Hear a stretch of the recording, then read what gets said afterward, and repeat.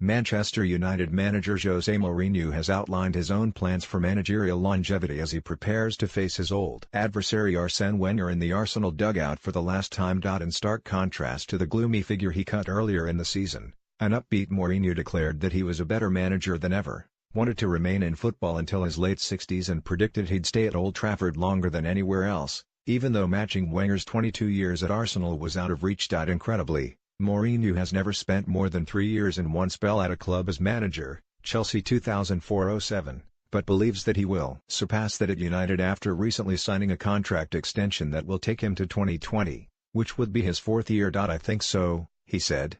At other clubs, I had the feeling of already thinking about what next. I had things I really wanted to do. I had to go to Italy for sure. I had to go to Spain for sure. At this moment, there isn't anything I have around the corner, waiting because I wanted to do something different. I don't want to do anything different to what I am doing now. Asked if he was a better manager than 10 years ago, Mourinho insisted, yes, in every way.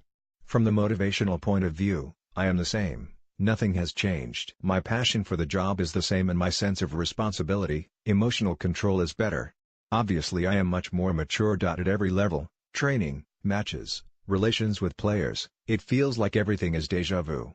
It is a job where the more experience you have, the better you are. You just have to keep this motivational level. Mr. Jupp Heynckes, at Bayern Munich, was retired and playing with his grandchildren, and suddenly he comes back to football and he is even better than before. It's one example. Mourinho, 55, is 13 years Wenger's junior. Earlier in his career, he hinted at getting out of the managerial rat race before he reached pensionable age, but seems to have changed his tune. Could he go on for as long as Wenger? For sure, said Mourinho. But I will have to change clubs at some stage because you don't allow me to stay here.